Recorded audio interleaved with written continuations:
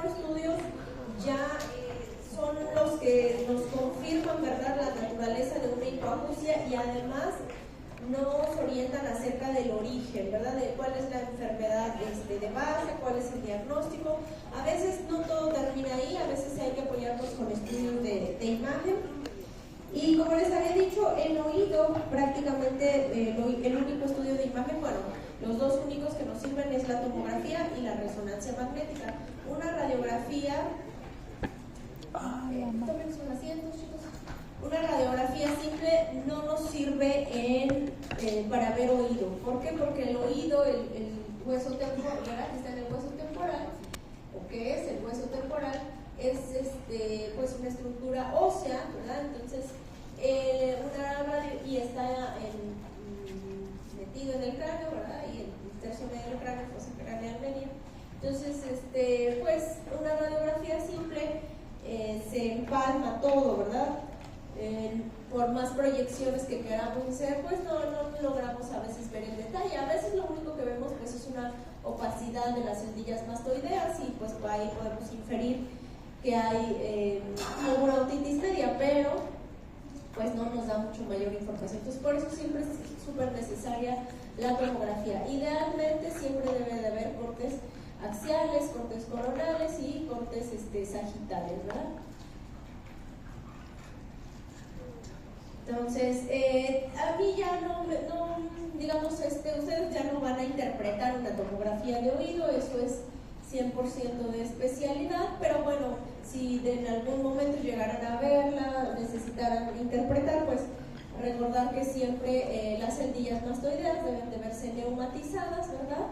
No, lo que se ve negro es aire, así es como se debe de ver. Si esto se ve gris, pues quiere decir que hay una isodensidad ahí, una ocupación que puede ser moco, puede ser pus, puede ser colesteroma, ¿verdad? La cadena de huesecillos, como yo les había dicho en algún momento, parece como un cono de helado, ¿verdad? La unión del martillo con el yunque, así se ve.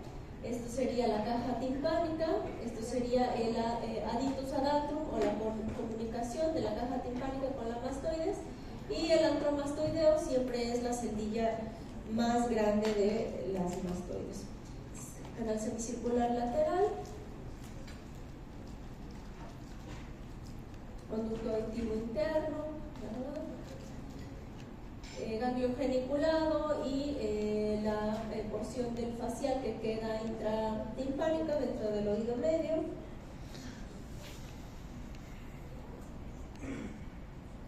Okay, entonces son algunas cosas que quiero pues nada más que distingan en una tomografía, ¿verdad? Nada más que esté neumatizada, que la caja timpánica también esté neumatizada, llena de aire, que esté la cadena circular completa.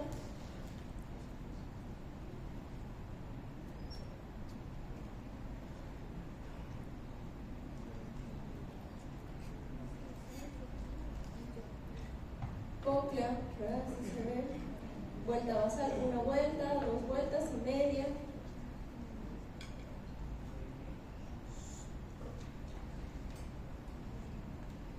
Cóclea, nada más vista de cerca. Las vueltas, acuérdense que da dos vueltas y media. Entonces, bueno, como les digo, esto ya es de especialidad, pero bueno, así se ve una tomografía normal, ¿no? Neumatizada. Los cortes coronales, decíamos que el sputum, ¿verdad? En un colesteatoma es lo primero que se erosiona, lo que primero que vemos como apuntado, porque aquí a nivel de la pars flácida es por donde el colesteatoma adquirido primario empieza a crecer y empieza a erosionar esta parte. Esta es el primer signo radiológico de cuando hay un colesteatoma, el apuntamiento del sputum. Decíamos que es la pared del hueso, del conducto auditivo externo, la pared más superior y posterior. ¿Podría repetir lo del amputamiento del sputum? El amputamiento o erosión del sputum es el primer signo radiológico del colesteatoma.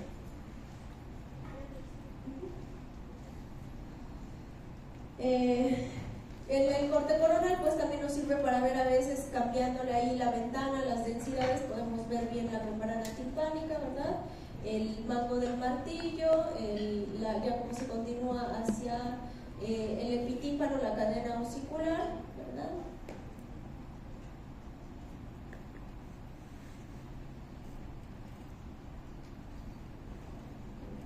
Y la resonancia magnética, entonces, acuérdense que tomografía es para ver hueso, ¿verdad?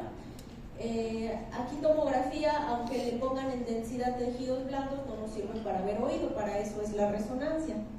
En la resonancia ya podemos ver en detalle, sobre todo vía auditiva central, a nivel del ángulo pontocerebroveloso, podemos descartar infartos, ¿verdad? O sea, eventos vasculares cerebrales, ya sea isquémicos o hemorrágicos, asas vasculares, tumores, ¿no? Cosas ahí que nos expliquen pues la patología. A veces vemos en el trayecto del conducto auditivo interno, dependiendo de la secuencia, pero hay ciertas secuencias, por ejemplo T2 o la secuencia fiesta de la resonancia, que nos permite ver defectos de llenado en el trayecto del nervio, y eso pues a veces nos habla de un neurinoma o de un schwannoma, ¿verdad? Ya sea del acústico o del nervio vestibular.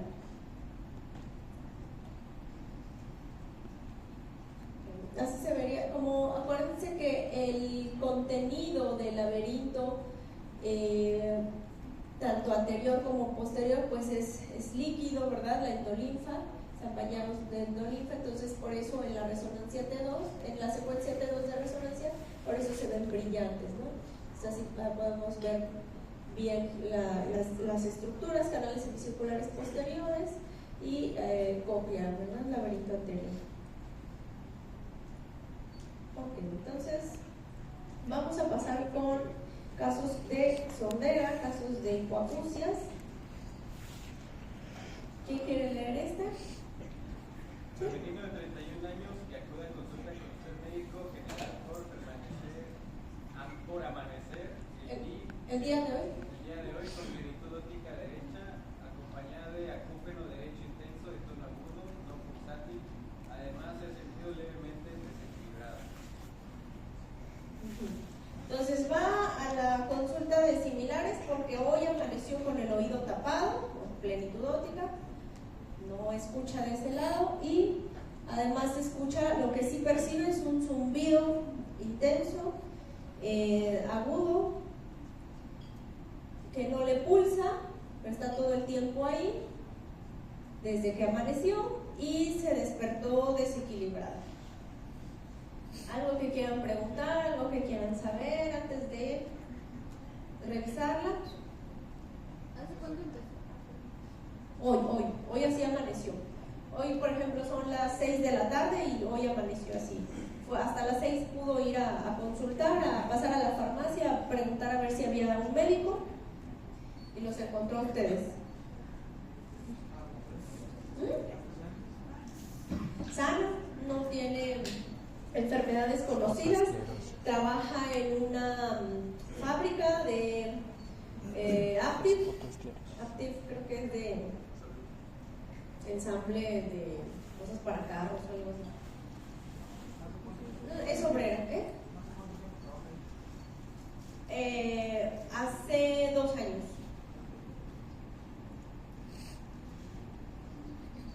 ¿Algo más que quieran saber?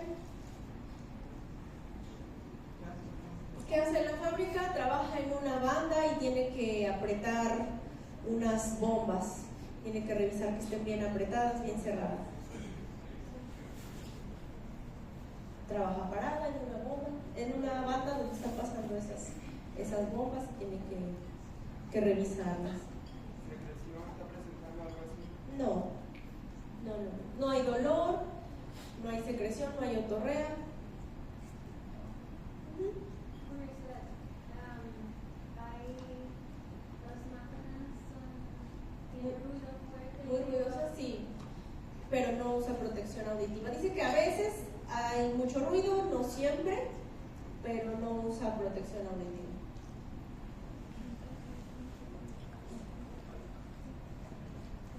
¿Algo más que quieran saber?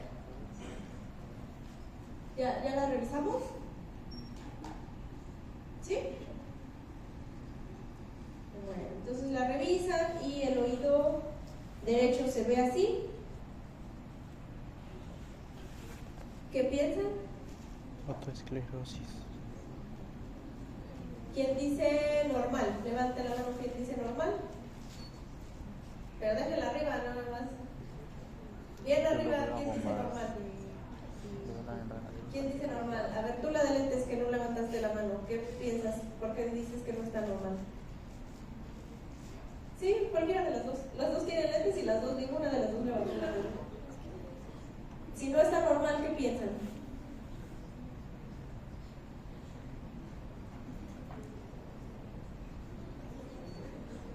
¿Qué le vende anormal?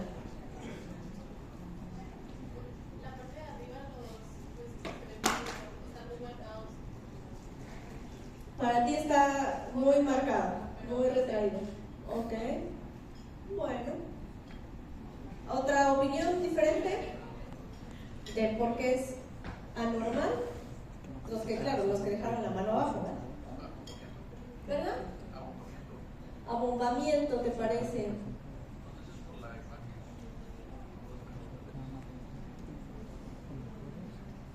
No hay abombamiento. Tampoco hay retracción. Es un oído normal. Por eso tienen que ir a su práctica de simulación. Tienen que ver muchos oídos. Ya les puse en el prontuario las fechas. Creo que son 24, 26 de octubre, por ahí. En el prontuario ya está. Le pasé al jefe de grupo el prontuario. ¿No se los mandó? Doc, pero esas fechas es el ECOE ya. Esas fechas me habían dado. Revísenlo en el prontuario y ya. ¿Ven, no? Creo que es 24 y 26, o sea, no tengo ahorita la ¿eh? 23 y 24 de octubre. Un día. Ok, entonces normal. El derecho, que es el que nos interesaba, el izquierdo pues también está normal. Le hacen diapasones y esto es lo que encuentran. Efectivamente, el mejor umbral es el izquierdo, el Weber está lateralizado a la izquierda y el Riné es positivo de los dos lados. ¿Qué piensan? Me quedé virol.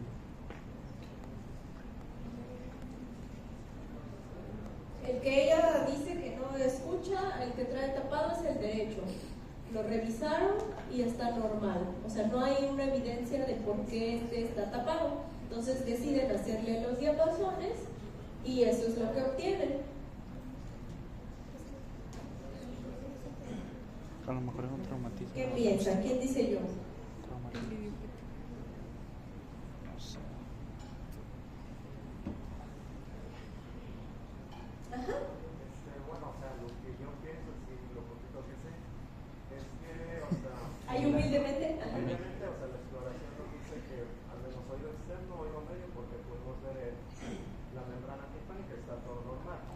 Pero las pruebas nos están indicando de que tiene un tipo de desorden, en este caso pensaría yo neurosensorial, y más aparte su cuadro que me viene combinando, está bien, hipoacusia, pero tinnitus y vértigo, que ya me están yendo más a que es algo de oído interno, ¿no? Exacto. A nivel del, con usted, a nivel del nervio, de la córnea.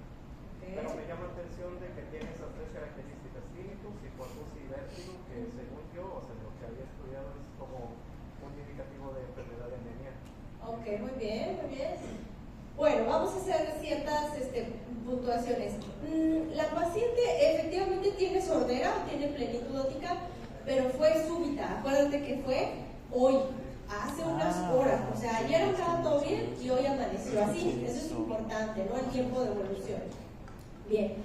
Además tiene acúfeno, exacto. Vértigo como tal, no. Exacto, aquí hay que distinguir qué es mareo, qué es vértigo y qué es desequilibrio. Ella lo refiere como desequilibrio, ¿no? Ligero desequilibrio. Pero está muy bien tu pensamiento. Pudo haber sido vértigo verdadero, exactamente. Alteración del equilibrio, digamos, ¿no?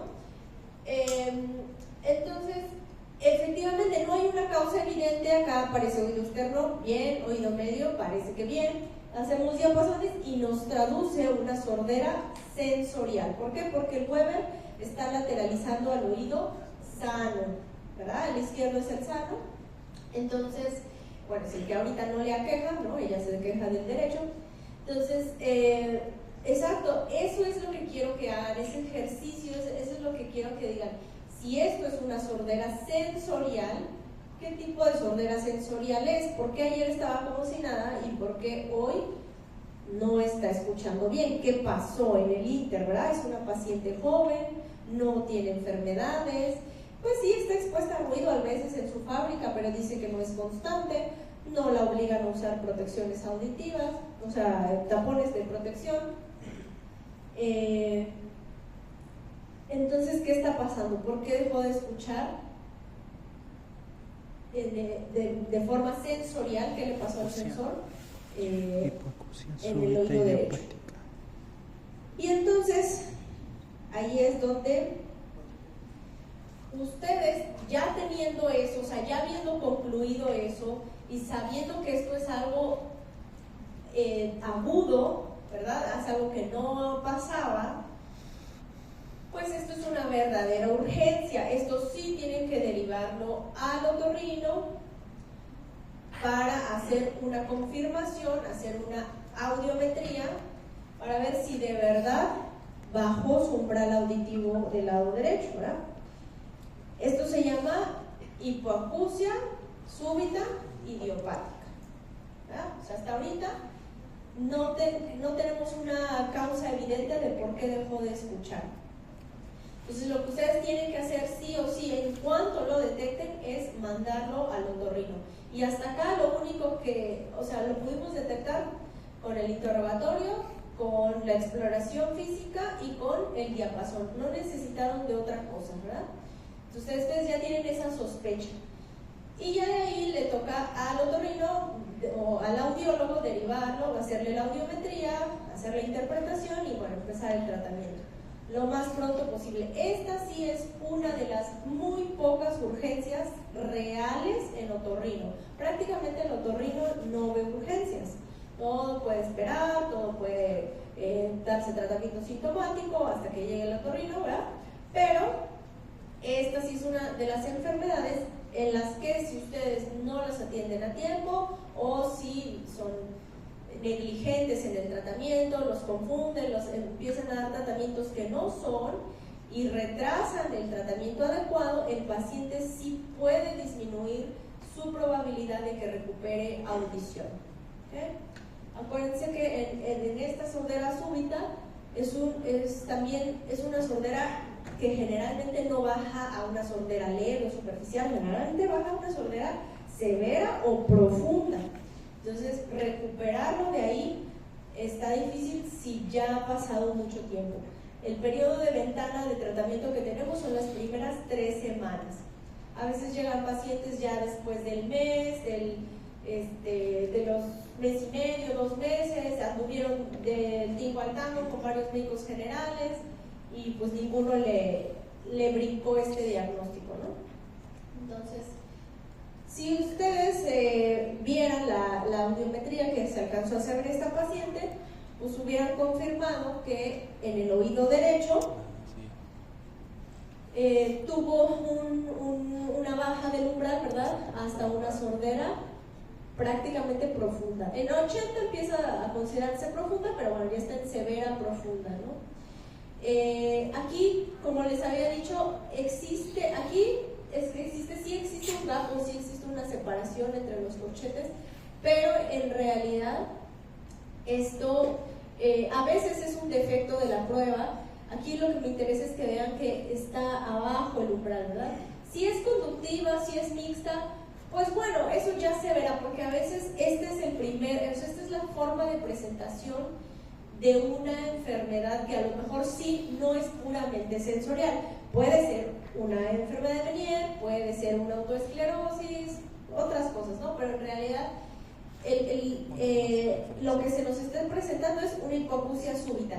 Ya el apellido de idiopática, que quiere decir sin una causa evidente, encontrable, justificable, eso ya lo pondríamos hasta el final, una vez que hemos hecho todo el protocolo de estudio, estudios de imagen, resonancia, a lo mejor laboratorios de perfil de enfermedad autoinmune, etcétera, ¿no?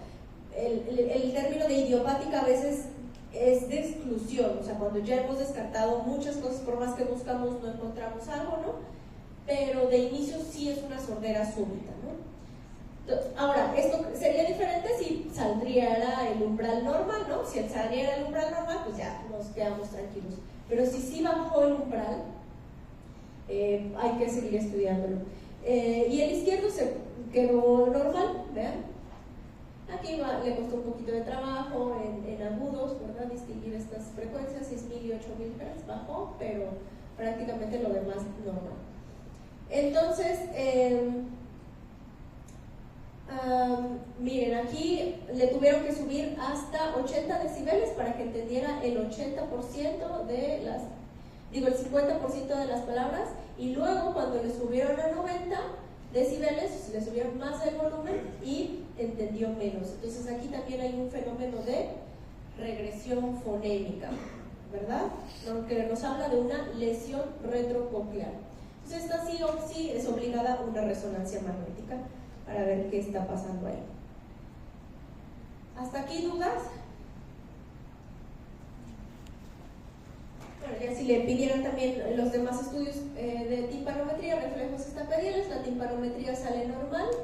Aquí en esta gráfica, en la línea punteada, nos dice el volumen normal que debería tener este movimiento, ¿verdad? Este conducto auditivo. Entonces, cuando cae el triangulito, la curva A dentro de la línea punteada, lo consideramos normal en amplitud, ¿verdad?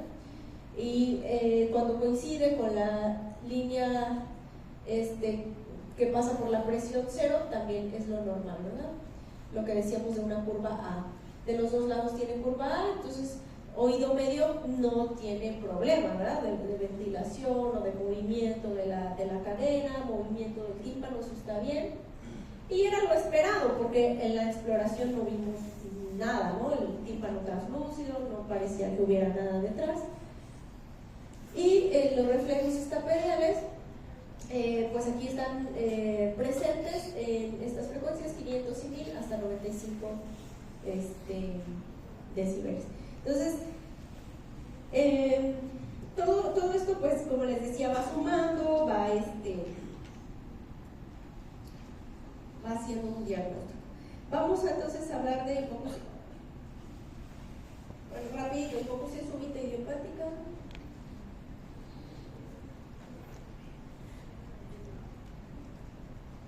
Entonces, ¿qué es? Es la pérdida de la audición de la nada, ¿no? Sin una causa evidente. Típicamente debe cumplir la regla de los 3, que debe ser una caída del umbral más allá de 30 decibeles, en al menos 3 frecuencias consecutivas evaluadas. Esto pues ya lo van a saber con la audiometría, ¿verdad? Y que esto se haya instaurado en menos de 3 días o menos de 72 horas. Por eso es súbita, ¿no? La regla de los 3. Esto es verdaderamente una tragedia, chicos, porque el pico de incidencia de esta enfermedad es entre los 20 y los 40 años. O sea, ustedes, yo ya me estoy saliendo de ese rango de edad, gracias a Dios, pero sí, o sea, entre 20 y 40 años, o sea, ustedes peligran, ustedes están en ese grupo de población y les puede dar, Dios no lo quiera, Dios guarde, ¿verdad? Pero sí les puede dar una hipoacusia súbita idiopática. Y lo malo, como les digo, es que se va a profunda, no se va en leve, superficial. Entonces, es por eso que es importante que lo identifiquen. ¿Por qué? Porque es un problema de salud, porque ataca a población económicamente activa, ¿verdad? Y representa el 1% de todo el amplio espectro de sorderas sensoriales, ¿verdad? Sorderas sensoriales congénitas, sorderas sensoriales por ruido, por enfermedades autoinmunes, por MCs, etc. Es igual, afecta igual tanto a hombres como a mujeres, así que están en igual de riesgo. Su naturaleza, por definición, es idiopática. Por definición, cuando le ponemos idiopática, quiere decir que ya hemos hecho todo el protocolo de estudio y no hemos encontrado una causa, ¿verdad? Cuando sí encontramos una causa, que a veces no lo encontramos en el momento, o sea, no lo encontramos en los primeros meses, a veces este es el primer síntoma de algo que va a desarrollarse después, o van a aparecer otros síntomas, otros signos en el tiempo, ¿verdad? A veces 1 año, 2 años, 5 años. Entonces, por eso a veces es difícil establecer un diagnóstico tan pronto, ¿no? Definitivo. Pero bueno, cuando sí encontramos algo, puede haber infecciones virales, casi siempre del tipo de la familia de los herpes virus, neoplasias como el neurinoma del acústico, algún traumatismo, afecciones vasculares, decíamos eventos vasculares cerebrales, ¿verdad? Ya sea isquémicos o hemorrágicos, e infecciones sistémicas como sífilis, algunas enfermedades neurodegenerativas, esclerosis múltiple, enfermedad de Lyme, enfermedad autoinmune primaria del oído o un hidroxendo linfático, que como bien pensó su compañero, el hidroxendo linfático es la enfermedad de Meniere, su compañero pensó en una enfermedad de Meniere. Como tal enfermedad de Meniere también la pondríamos hasta que tuviéramos la certeza de que esto sí parece más un Meniere que cualquier otra cosa. Ahí lo correcto sería decir síndrome de Meniere, o sea, porque tiene el conjunto de síntomas de una enfermedad de Meniere, que es sordera, tinnitus o acúfeno y vértigo o desequilibrio, ¿no? Algún trastorno del equilibrio. Entonces, sí, pensó muy bien su compañero. Entonces, cuando sí encontramos una causa a la sordera súbita, ahora, la sordera súbita típicamente es unilateral, pero ha pasado, o como les digo, a lo mejor en un inicio fue unilateral, pero al año, a los 2 años, se afectó el otro oído también de manera súbita, ¿no? Entonces ahí ya pues sería bilateral. Estaría rarísimo, pero súper rarísimo, y yo nunca lo he visto, ni lo he leído en libros, ni experiencias, ¿verdad?, de otros otorrinos, congresos, colegios, etcétera, que al mismo tiempo se instaure sordera súbita bilateral, ¿verdad? Generalmente es unilateral y a lo mejor, por mucha mala suerte, o si de verdad hay algo, como les digo, sistémico subyacente, pues ya empieza el otro oído a manifestarse también, ¿no? Con sordera. Entonces, cuando es unilateral, ya habíamos dicho estos diagnósticos, ¿verdad? En la diapositiva anterior, cuando sí encontramos algo, a veces puede ser esto, o cuando es bilateral, pues es algo más sistémico, ¿no? Por ejemplo, metástasis de algún carcinoma de mama, aneurismas, sífilis, habíamos dicho que también acá puede ser, ¿verdad?, causa de unilateral, sarcoidosis, algunas enfermedades autoinmunes, reumatológicas, ¿verdad?, enfermedad autoinmune primaria del oído, etcétera, ¿no? Ototóxicos, aunque clásicamente la ototoxicidad por medicamentos pues no se manifiesta así, casi siempre pues es bilateral y no es tan severa como en una hipoacusia súbita.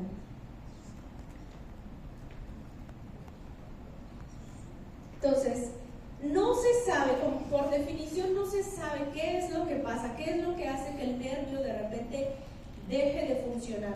Se cree que hay pues muerte celular. ¿Por qué? Pues porque se activan vías de estrés oxidativo, ¿verdad? Hay aumento de citocinas inflamatorias y que finalmente dañan la estría vascular. La estría vascular, acuérdense que es la parte del órgano de Corti a través de la cual se regulan los electrolitos, ¿verdad?, en la endo y en la perilinfa. Entonces es la fuente del equilibrio hidroelectrolítico, pero también es la fuente de oxigenación de esas células del órgano de Corti. Entonces, cuando hay un daño a esta estría, pues hay pérdida de células, de neuronas, ¿verdad?, del órgano de Corti, y se pierde el potencial eléctrico de la cóclea, ¿no? Entonces, literal es un cable de electricidad que dejó de funcionar, que hizo cortocircuito. ¿Por qué? No sabemos. Entonces, ese es nuestro trabajo, investigar por qué, ¿verdad? Pero así lo pueden entender, como un cable de electricidad que dejó de pasar corriente, que dejó de funcionar. Entonces, el diagnóstico, ustedes lo hicieron, es clínico, es un paciente que de la nada deja de escuchar de un lado, puede aparecer vértigo hasta en el 40% de los casos, y el acúfeno también. A veces lo que más les molesta es el acúfeno, o sea, dicen, es que sí, no escucho nada, pero me molesta mucho el ruido, el acúfeno lo siento muy intenso, ¿no? A pesar de que no escuchan. El Weber, acuérdense, siempre está lateralizado al oído sano, el Rayleigh va a ser positivo de los dos lados. Cuando ustedes le hagan la audiometría ya van a ver esa caída de más de 30 decibeles en 3 frecuencias contiguas. La logoaudiometría va a ser acorde al tonal y hay que hacer una resonancia magnética. Cuando hacemos la resonancia magnética, hasta en 1% de los casos podemos encontrar un neurinoma del acústico. En realidad, 99-98% de las veces que hacemos una resonancia magnética sale normal, no encontramos nada. Afortunadamente. Entonces, así se ve. Este es igual como el caso que contamos, verán una hipoacusia derecha. Bajan las dos vías al mismo nivel, lo cual quiere decir que es puramente sensorial, y bajan hasta un umbral de, miren, aquí 60, pues empezaría como en severa, pero aquí termina ya en profunda. Entonces, severa a profunda, diríamos, ¿no? Y el oído izquierdo pues se quedó normal. Tratamiento. Entonces, esto sí o sí hay que mandarlo al otorrino. Lo que hacemos, pensando que pudiera haber un componente inflamatorio ahí en el nervio, damos esteroides a dosis bastante altas. La dosis es 1 miligramo prednisona calculada a 1 miligramo por kilo de peso por día, máximo 80 miligramos al día. O sea, si el paciente pesa 120 kilos, no le van a dar 120 miligramos, le van a dar 80, ¿verdad? O hasta 90 pudieran darle al día. Y van a reducir cada 5 días a un cuarto de la dosis. Yo típicamente empiezo, por ejemplo, en un paciente que pesa 75 kilos, empezamos con 75 miligramos al día por 5 días, y al día 6 le bajamos a 50, por decir así. 50 miligramos otros 5 días, y luego le bajamos a 30 o 25 miligramos otros 5 días, y así nos la llevamos hasta que suspendamos por completo el tratamiento. ¿En qué pacientes no podemos iniciar corticosteroides? En pacientes que tienen diabetes mal controlada, pacientes que tienen glaucoma, pacientes con hipertensión descontrolada, o sea, pacientes que los efectos secundarios de los corticosteroides a dosis altas pues los van a empeorar más, ¿verdad? Entonces, en esos pacientes lo que hacemos es aplicar directamente el esteroide en el oído medio, con la finalidad de que algo se absorba al oído interno. Entonces, hacemos una punción al tímpano, depositamos el medicamento, y el paciente debe de estar sin hablar y sin pasar saliva por al menos 20 minutos para que ese medicamento no se vacíe, ¿verdad? No se vaya a la nasofaringe, por la trompa de Eustaquio. Entonces, algo que se absorba a la ventana, a través de la ventana redonda, al oído interno. ¿Okay? Y puede repetirse las veces que sea necesario, o sea, cada tercer día podemos poner una, por ejemplo, lunes, miércoles y viernes, y estar esperando la respuesta. Ya si hemos puesto a lo mejor 3, 5 inyecciones y el paciente no responde nada, no recupera, pues ya tampoco tiene caso seguirlo funcionando, ¿verdad? Aquí pueden pasar varias cosas. Miren, aquí hay pacientes que sin hacerse nada, o sea, nunca se atendieron, dijeron, ay, pues no escucho, pero ¿Quién sabe por qué será? Ya no hicieron nada. Y esos pacientes, hasta el 65% de los casos, pueden recuperar a una audición funcional sin hacerse nada en 2 semanas. Pero audición funcional tampoco quiere decir audición normal, pueden quedar en una sordera leve, ¿no? O superficial. Pero sí pasa.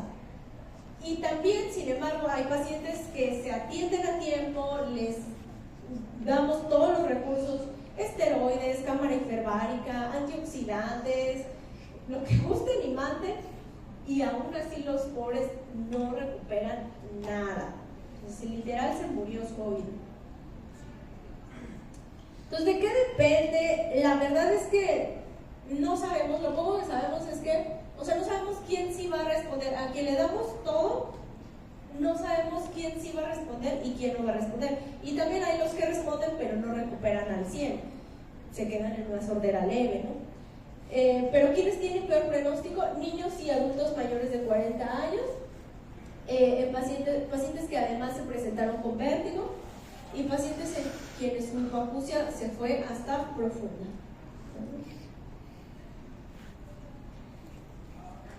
¿Dudas aquí, chicos?